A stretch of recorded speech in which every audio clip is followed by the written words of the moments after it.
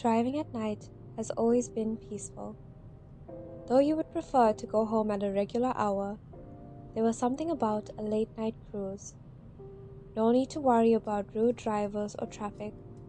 It was just an effortless drive with slow music that made you wish the roads were always this tranquil. It was enjoyable, but so was the prospect of entering your home, slipping on some pajamas, and sinking into the blankets. Perhaps paying a short phone call to your boyfriends, or rather, the one who was more likely to be awake at this hour. It had been a long and tiring day, and that very thought of comfort waiting for you just a few more turns away kept you energized enough to be alert. You were nearing your house when a set of headlights shone onto your rearview mirror. You pitied the other unlucky soul also heading home at this hour, and wondered where they were coming from. You drove idly until you realized that with every turn you took, the car followed. Suspicious, you sat a little straighter. You pressed the accelerator and found that the car was keeping pace with you. You were a turn away from your house, but instead of taking that turn, you drove in the opposite direction, and the car followed. A bad feeling crept into your chest. You took two more random turns, and still the car was right at your tail. Swallowing nervously, you decide to call someone. Tapping on the steering wheel controls to scroll through the contacts, you call Katsuki first, knowing that if you were overreacting, he'd tell you and you could calm down. However, he didn't answer. You exhale, probably past his bedtime. You call Edro instead. The car rings until he picks up.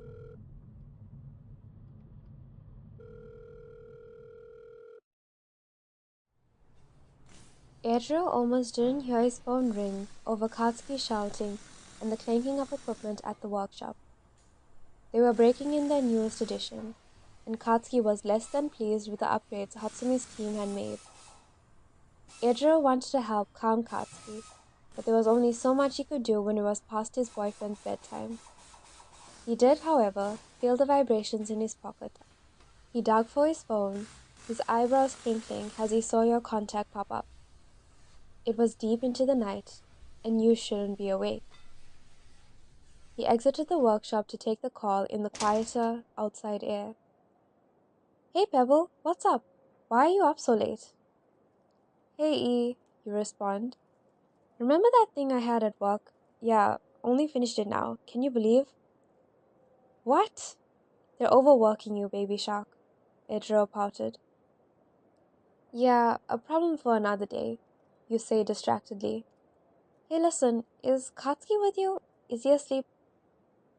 "He's with me, but we decided to do some late night gymming," Edro said, feeling the same ugly entity in his chest as every other time he'd lied. "Now?" you ask, disbelieving. "Yeah, we had a bet, and well, Katsuki lost," Edro lied badly. But you never questioned it. "Why, were you trying to phone him?" "Yeah, actually, I may or may not have a problem." "What happened?" Edro asked, while peeping through the door to signal Katsuki. His irritated red eyes flicked to Edro, and he sauntered over. Probably nothing. Can you just stay on the phone with me? I think I'm being followed." "Followed?" Edro shouts in surprise. Katsuki just stepped outside, and Edro put the phone on speaker. "Whoa, calm down," you say. "I'm probably overreacting. I just wanted you to know. In case." "Where are you?" Katsuki asks sternly. "Oh my gods, could you both not freak out? It's probably nothing." "Answer the fucking question," Katsuki hisses. "I'm on the main road leading up to my apartment. But you do not have to come here, okay?" "Wait." There's a pause, and then, See, whoever that was just took a turn. I'm fine. Told you, overreacting." Two pairs of red eyes meet over the phone held between them, a contemplation on what to do next. Okay, well, can you call us when you get home? Edro says finally. Yeah, no problem. You spoke a lot easier than you had at the beginning of the call, likely relieved from the incident avoided. Thanks for staying on.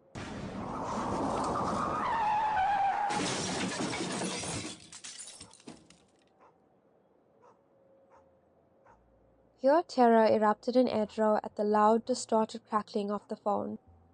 He looked up at Katsuki, frozen in shock. Pebble? Hello? Pebble? Edro's frantic shouting broke Katsuki from his state. He was charging into the workshop, hastily grabbing his keys. Edro followed after him, still shouting for something to explain what had just happened. There's a faint groan through the phone. E. E. Edro could cry from relief. He was crying from fear. Oh, thank God. There are crunchy footsteps, as though someone is stepping on broken glass. And a voice that is not yours speaks through the phone. Damn, didn't think you would survive that. Who are you calling? A pause, and then laughter. Sick and sadistic laughter. Ah, the overgrown red Labrador. How perfect. Adra and Kalski meet each other's eyes across the hood of the car. They recognize that voice. Kalski stormed over to Adro and grabbed the phone. Darby, what the fuck did you do? So loud, he said. One could hear the roll of his eyes in his tone. Your partner over here is stronger than they look, which is good. Shigaraki might want to play with them a little. The line was cut off, the end tone beeping like a death sentence.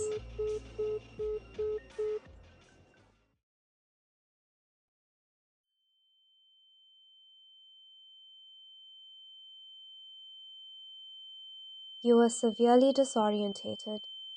Your mind and senses were muddled, as though you were moving through a strong current with no control. Everything hurt, but areas of your body flared with pain. Your body swayed and shifted, and each time the agony blazed like a fresh wound. You did open your eyes, if only to discover what was causing you this much pain. Though beyond your eyelids was only blurs and swimming images, too dizzying to fully process. You see blonde next to you. Katsuki floats in your mind, but the thought evaporates just as quickly. The figure was not your boyfriend, but a girl. Who are you? You struggle to ask, your words muffled to your own ears. What happened? The girl giggled. You noticed that she was helping you walk, with your arms slung across her back. Toka Himiko, you were in a car accident. You're coming with us now. You swivel your head languidly to view your wrecked car. On its hood. Were you upside down? You think? How did that happen? We rammed into you, silly, Toga said cheerily. That single sentence brings your mind more into focus. What? Toga shoves you into a black car you weren't even aware that she was leading you to. She climbs in after, before you can right yourself on the leather seats. She yanks you upright and clicks something onto your wrists. Handcuffs. It was only then that the panic began to rise in you. When you realized that you were in the back seat of a car with two strangers who apparently knocked you off the road. The girl next to you was smiling, as though they were merely taking a leisurely drive. The dark-haired man in the front casually started the car as though nothing was amiss. There was patterns of tattoos on his neck, and when he lifted his hand to light a cigarette, you see the same swirling lines there. The scene was so mediocre that if it were not for the persistent throbbing of every limb in your body, you would believe that they were normal passerbyers. What is going on? You ask, swallowing the fear in your throat. The car rumbled to life, and the man blew a plume of smoke before he answered. We're taking you to see our boss. Why? Your boyfriend pissed him off, so he wants to kill you, he said nonchalantly. What? You squeak. The car took off with a burst of speed, making you jerk and forcing you to steady yourself with your restrained hands. You knew Katsuki to be brash, but what could he have done to warrant this response? You tried to remember if he'd even mentioned an altercation with someone and came up blank. Whatever it was must not have been a big deal to Katsuki, but certainly a big deal to the people currently kidnapping you. And if they were targeting you, did that mean they knew about Edro as well? It's better that he does it, the black-haired man continued. If he told one of us to do it, it would have gone on for hours. The blonde girl's smile widened, as though the idea of torture gave her pure joy. Okay, okay, you say, trying to think clearly in the midst of this outrageous situation. Look, I know my boyfriend offends people sometimes, but what could he have possibly said to make you people this mad? The blonde girl giggled unhelpfully. Don't worry, our boss will explain everything before he kills you. You blink at her, noticing how much she looked like a smiling piranha. Yeah, fuck that. You fling yourself to the door and attempt to open it. Though it was locked, desperation kept you pulling the handle, hoping a miracle would open it. You better behave, the girl says. She tugs you forward by your arm, and the next thing you know is you're against the car door with a knife sitting snugly at your throat. When you swallowed, you could feel the sharp blade threatening to cut, should you so much as move. Toga tilted her head as though considering. I'm sure Shigaraki won't be too mad if you die here. Shit. Katsuki, what did you get me into? You think. Oi, crazy lady. He'd kill you in their place. Toga retreats, back into her seat, her eyes glimmering in playful mischief. A warning that if you pulled another stunt, she would stab you and enjoy it. You were trembling with terror. Some part of you, the delusional part, wanted to believe this was all an elaborate prank, because how else could something as strange as this happen to you? But how could it be a prank when they'd nearly killed you before? If they'd been a tad bit faster, would you have been crushed amongst the metal of your car? Would anyone have recognized you in that state? With your heart hammering against your ribcage, you glance around the car for any way out.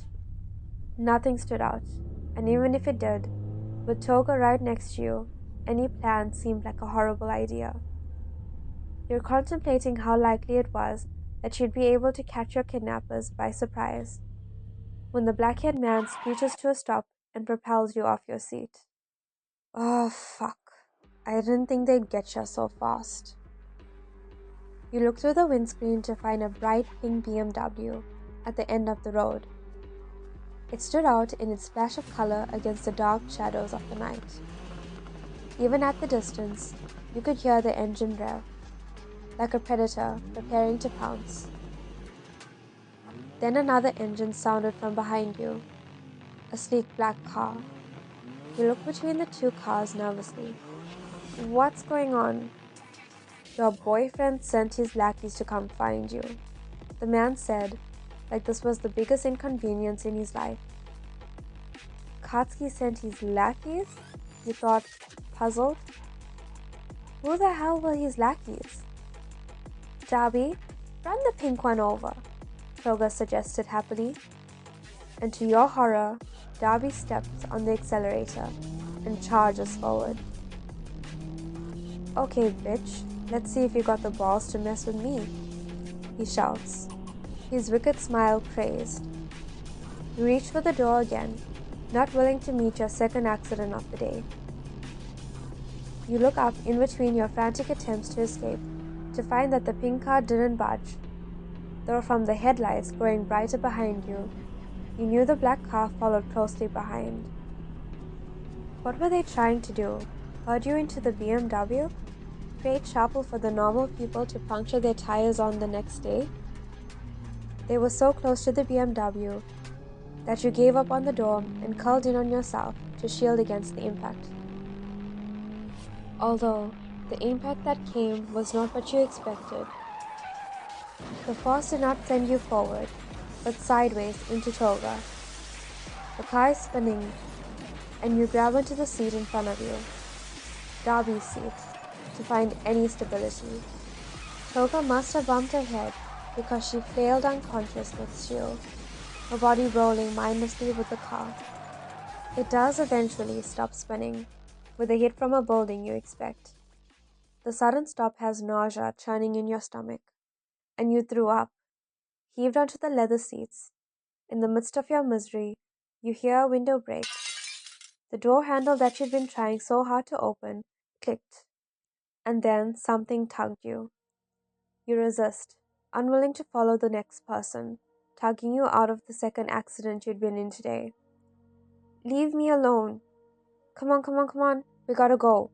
No way no one heard that, someone said. Someone familiar. Oh my gosh, Denki, give them a second. You weren't exactly gentle ramming into this car. Mina?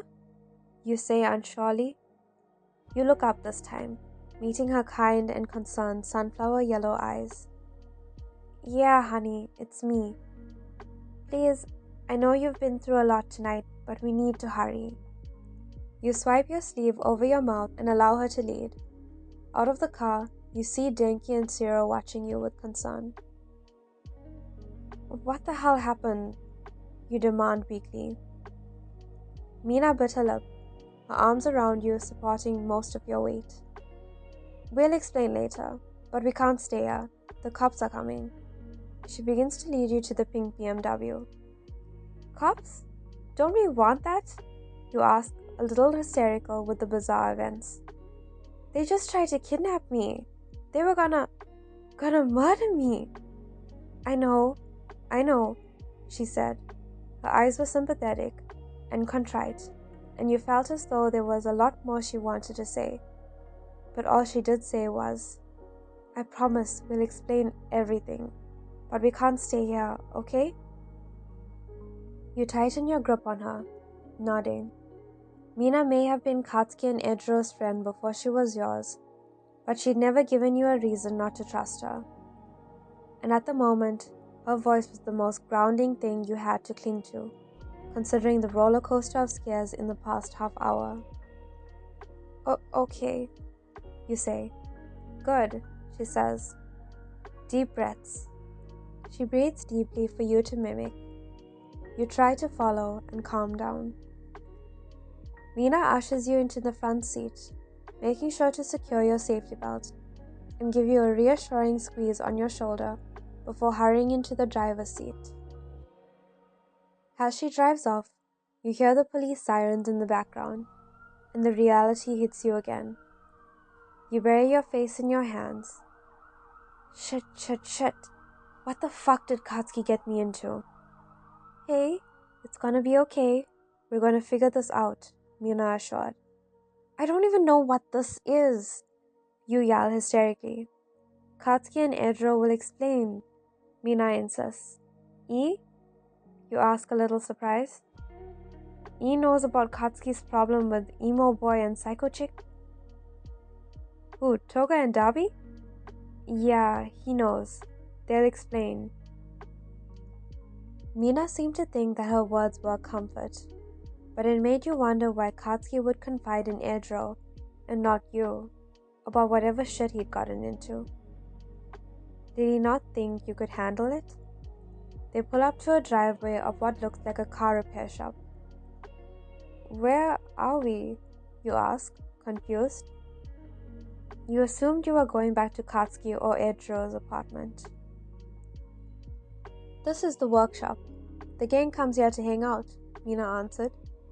The gang? Like, everyone? Without me? You ask, a little hurt. In retrospect, with everything that had happened that night, not being invited to hangouts should be the last of your worries. But you thought that they'd liked you. Everyone seemed to have fun together. But were they meeting up here to get away from you? Mina shifted uncomfortably. Well, we'll explain inside. You realize that they all must know what was going on with Katsuki and your kidnappers. Why was it that you were the only one left out? Mina had barely stopped the car before Katsuki and Edro were rushing out from the open garage door. You gingerly rise from the car, still sore everywhere. Edro envelops you in a hug, and you yelp. He jerks back immediately. Sorry. I'm just glad you're alright. You are alright? Edro is looking at your face, waiting for an answer, but Katsuki is holding himself apart and scanning your body. You reason that you likely had open cuts and a fair share of blooming bruises spotting your skin. He looks over at Mina and at Denki and Zero, who had just pulled in, and says, "Get Deku on the phone and tell him to get his ass over here." Edro is holding your hand and tries to lead you inside. "Come on, let's..." You don't budge. "Tell me what the fuck is going on," you say through gritted teeth. Edro's relief at seeing you breaks away to nervousness.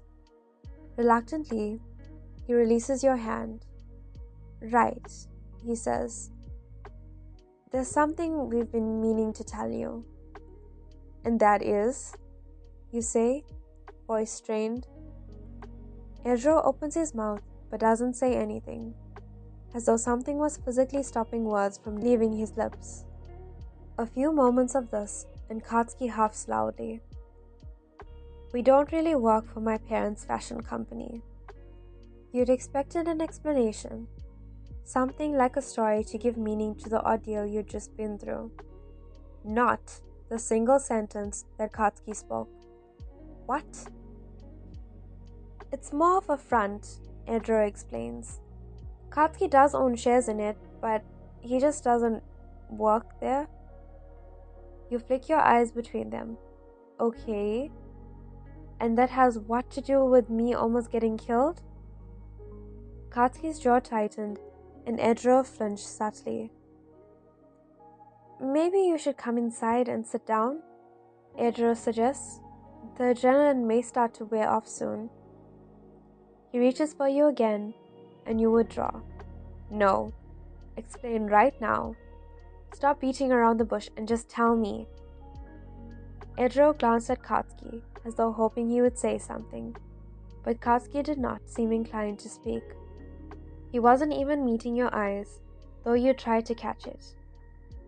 Edro steeled himself, then said, quickly as though ripping off a band-aid, "We steal cars. Katsuki and I and, well, everyone here." You blink at them. This was beginning to become too much shock for one night. You look at Katsuki, thinking he'd say how stupid that sounded, but his glare was glued to the floor. "Well, mostly from rich bozos who don't deserve them," Mina clarified. You partway forgot that they were there. Mina, Denki, and Zero stood a little way away, looking distinctly uncomfortable. "And then we sell them for street racing," Denki chimed. You look between them. "Okay, guys. If this is a prank, it's not a damn prank," Katsuki says gruffly. You step back, leaning on Mina's car as you try to process. Edro takes a step forward, but doesn't push further into your space. "Okay," you exhale slowly. "Okay. So the people who nearly killed me, are they one of the people you stole from?" "No, actually, well..." Edro looked at Katsuki. He was reluctant to speak, but he did. "This dumbass rich kid was bragging about his new car daddy bought him, and I got pissed, so I bet him for it, and beat him. It's not my fucking fault he lost. He accused us of tampering with his car to win," Edro explained. "What we didn't realize," Mina continued, "was that the guy was the nephew of the biggest businessman in the city. He has his hand in a lot of illegal stuff. And now your son is out to get Katsuki, Zero said. Which involved you, and we're sorry, Edro finished. You reached for something, anything in your chest of emotions, but just felt overall numb. It was as though your body was protecting itself from yet another car crash. The emotional kind that it couldn't handle right now. How long have you been doing this? You ask. From the time we got our licenses. So before we started dating. You conclude. Well, yes. And in the 2 years we've been dating, you didn't think this was something you should tell me? You question. Your eyes flicked to Katsuki and Edro. Both red eyes were filled with a mix of emotions you couldn't decipher in your state of mind. I can't believe the both of you have been keeping a whole secret life away from me. Were you ever going to tell me? Edro started, but you turned to Katsuki, a little rage trickling into your heart. What's wrong, Katsuki? Can't fucking speak? He'd been trying to avoid talking to you, or explaining himself, despite him being the reason you were in danger at all. And you were not standing for it. Never, he said, meeting your eyes head on. We were never going to tell you. You feel the moment the chest breaks, when all your emotions come flooding out faster than you can register them. Tears flood your eyes and stream down your face, but Katsuki doesn't falter his gaze. Finally, you look away. Right. At least I know where I stood in this relationship. I can't believe the both of you kept this from me. What was I? Just some add-on? No, Pebble. Edro starts. Save it. I'm going home. You turn away from them. You couldn't stand to look and realize your whole relationship could have been a lie. Couldn't stand to acknowledge that the men you loved would lock you out like they did. You take only 2 steps before Mina blocks your path. You can't leave, she says apologetically. I am leaving, you say firmly. Shigaraki wants to kill you. We can't let you go right now. They followed you almost to your house, so they probably know where you live. It's not safe for you to go there. I'll take my chances on my own. You try to sidestep her, but she grabs onto your arm. Please just... No! All of you thought this was a good idea, to keep me in the dark. I don't want to be around any of you. I don't... An overwhelming wave of dizziness washes over you, and instead of pulling away from Mina, you grab onto her for support. Something's not right, you mumble, as the dizziness gets worse, and exhaustion follows, like all your energy was sucked right out of your limbs. Your body is aching like an invisible force caused them right that second. You're clinging to Mina, but you feel your grip loosening, feel yourself fading with your consciousness. You hear the panicked voices around you, but find yourself welcoming the darkness. Oblivion felt much better than the chaos you'd faced.